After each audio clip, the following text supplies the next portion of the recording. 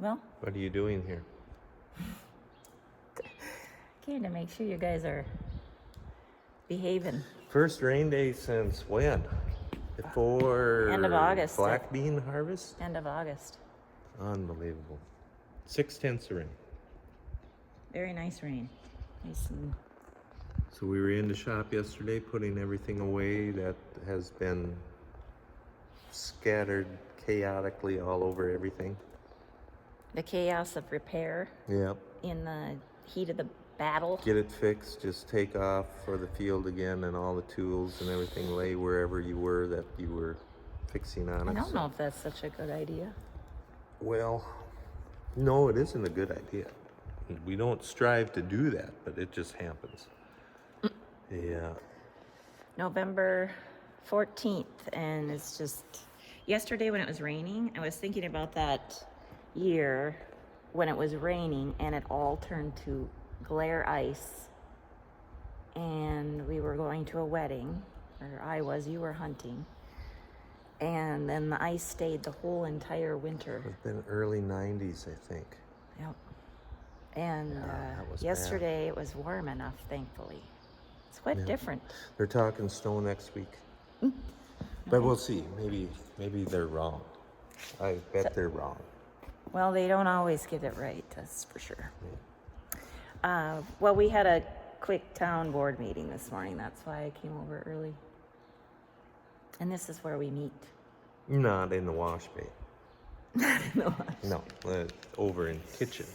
We meet in the kitchen table. So then I come early so I can clean the kitchen, all the chip bags and all the papers, and I don't know what you all do there at the kitchen table. I don't do much there, but the other guys, they do a lot there. You know, I've got a problem in the wash bay here. We've got a timer on the ventilation fan that you can set it for whatever, 30 minutes, 1 hour, 2 hours. Up there? Yeah, the fan is up there, the ventilation, the exhaust fan. Okay. But I want a timer that shuts the fan off for maybe 2 hours and then turns the fan on for an hour.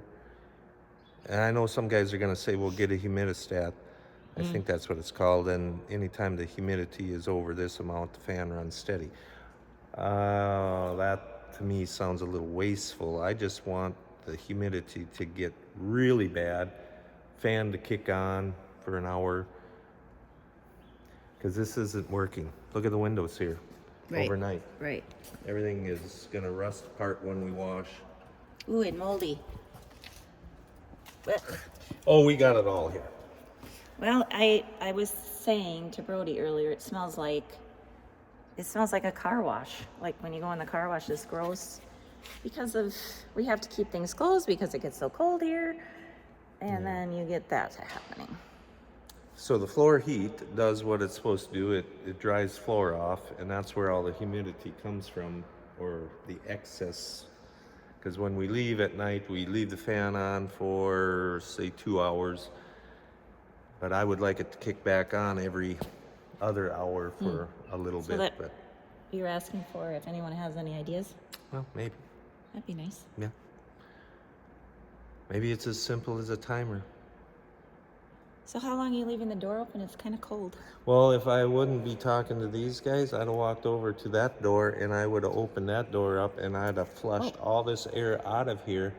But I don't know if I'm going to gain much because, as you can see outside, it's maybe the same humidity out there as it is in here. Not quite. Pretty foggy and hazy and gloomy. such.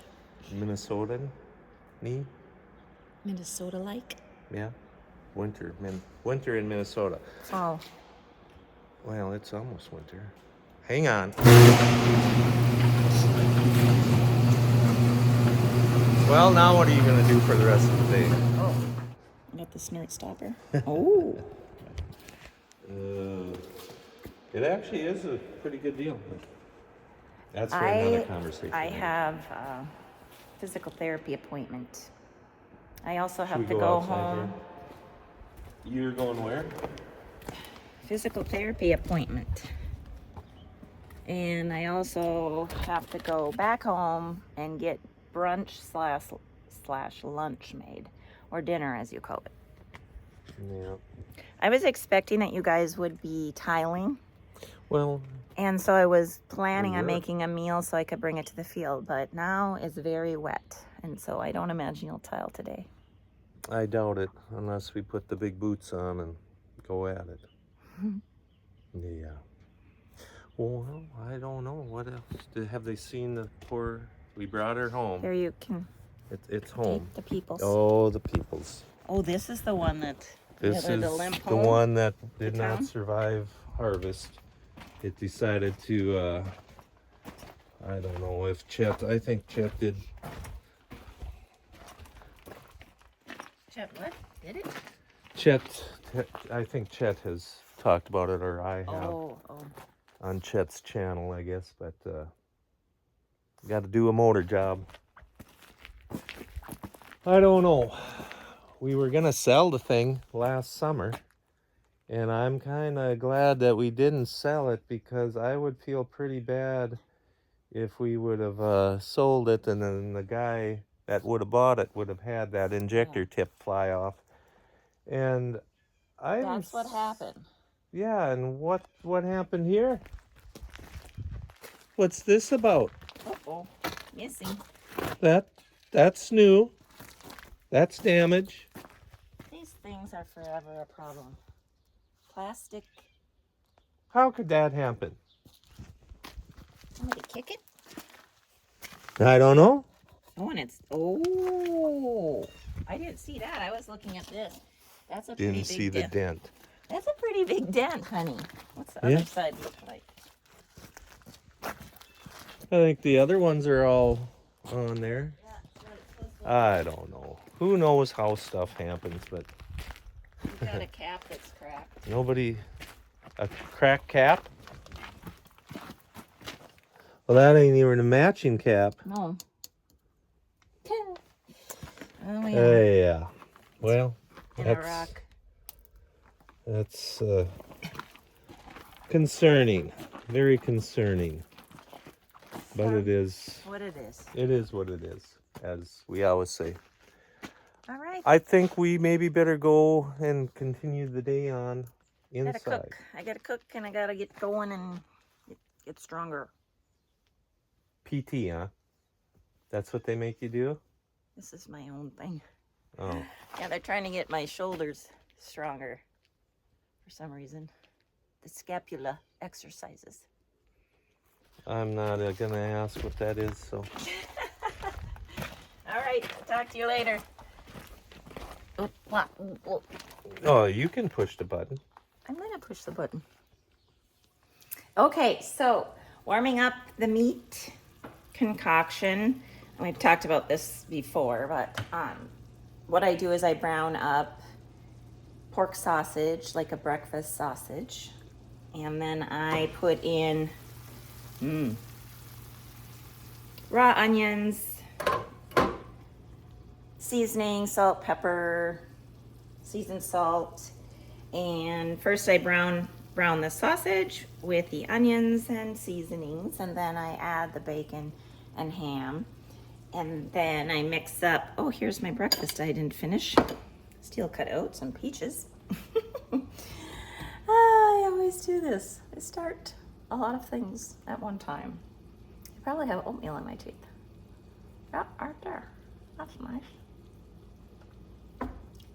Yeah, well, just real. Just getting real. Okay, so then, yeah, mix up, I don't know, I think there's probably 18 eggs in here. We have 7 guys, so I, add more meat, add more eggs, whatever it is, whoever it is I'm cooking for. I'm making these breakfast burritos. And then I divide them as evenly as I can between the 2 pans. Let's see how this goes. Mainly the egg is to cover the meat.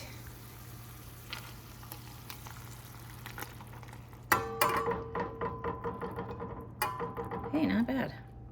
There's really no art. There's no science to this. It's more of an art, which I don't know if it's an art either, but ooh, yum. Here's some onion. which is a tastefully simple product that I love. Onion, and garlic, and seasoned salt. This, I just love this brand. It's a direct sales company from Minnesota, Alexandria, actually. And also, I use onion. This is similar to that chicken seasoning. But anyway, that's kind of what my seasonings are. Then I leave it on low and let the eggs cook. And then I cut them up. And I will show that to you later. Now, most people, when they make a breakfast burrito, they probably have the cheese in there already. In almost every breakfast anything has cheese in it, because I don't eat cheese and cannot eat dairy. Then I use, what I used in the eggs was oat milk. Cashew milk is also very good. I don't really like to use almond milk in cooking because it kind of scorches, some more tendency to scorch. But what I do then, I will show you, but I put the cheese on the top before I put when I put the egg in the burrito, so, and then it melts all nice and good. And this time, since they are not in the field because of the tiling, or because of the rain, which I'll show you what it looks like here, I will just put it in a crock pot, and so it stays warm for them when I get going. So I will finish this up when I wrap the burritos up for you.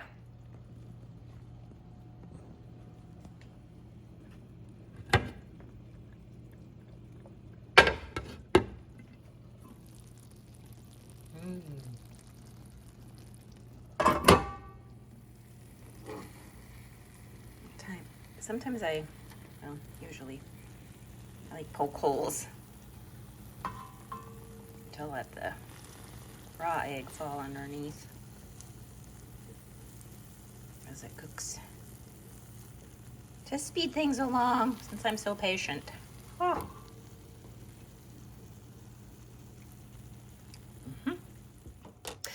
I was just thinking about Peggy Rowe as I'm washing dishes. And I'm reading her book. Oh no, not The Home. I guess it's her fourth book that she's written. In this book, she wrote that she's 86 years old. They have moved into what sounds like a beautiful complex for elderly. And she's writing about all the people in there and everything. But I just read this chapter and I was thinking about her. Also, I highly recommend reading it. There are some swear words, just to let you know. There are definitely, kind of surprised me, some of the things, but she was a school teacher and so was her husband, and anyway, she talks about that. But chapter 11 is Mealtime Mania. She writes, "My favorite time of day. It's no secret why I loved our move here. After 6 years of planning menus, pushing grocery carts, preparing 60,000 meals, and cleaning up afterward, I am now served gourmet dinners in fancy dining rooms or restaurants or a cafeteria or a pub. What's not to love?" 60,000 meals. That's what I was thinking about, is who knows how many meals have been cooked. And so she must have done some calculations. But yeah, I get that, and I was thinking about that, how nice it is to have someone else to cook for. It sounds like she's in a very nice place that has very many options, and I'm glad for her. But we came to know her son, Mike Rowe, when we watched Dirty Jobs, the boys and us, and we watched, and it was very entertaining.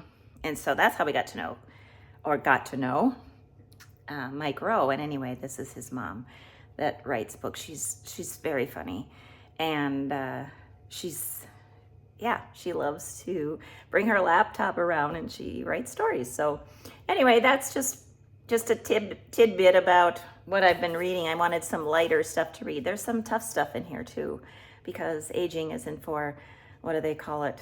Aging isn't for sissies. And also lots of people have a lot of hard stuff that has happened. So anyway, That's just a little plug for that because I've been enjoying it. It's something different than my heavier reading that I usually do. Okay, so this is what it looks like when it's all the way cooked. I just try to keep it on low and be patient, and it ends up getting done. I just usually use the spatula and eyeball about what, cut this into thirds. Kind of like that, and piece it together so that there's enough to fill a burrito. I think I'll have plenty to make 7. I might even have leftovers. So that's that portion. So then it comes out like this. Oh, sort of. Oops. I'll piece it together. It'll be fine. I stick a couple of the flour tortillas in the microwave for about 10 to 12 seconds just to warm them up, soften them a little bit, and then I wrap them in tin foil. One at a time. Here we go.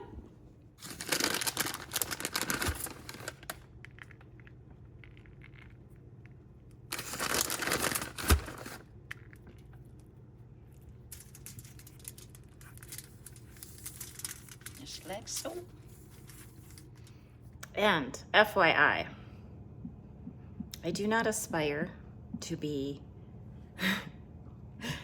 on a cooking TV show. I don't aspire to watch cooking TV shows.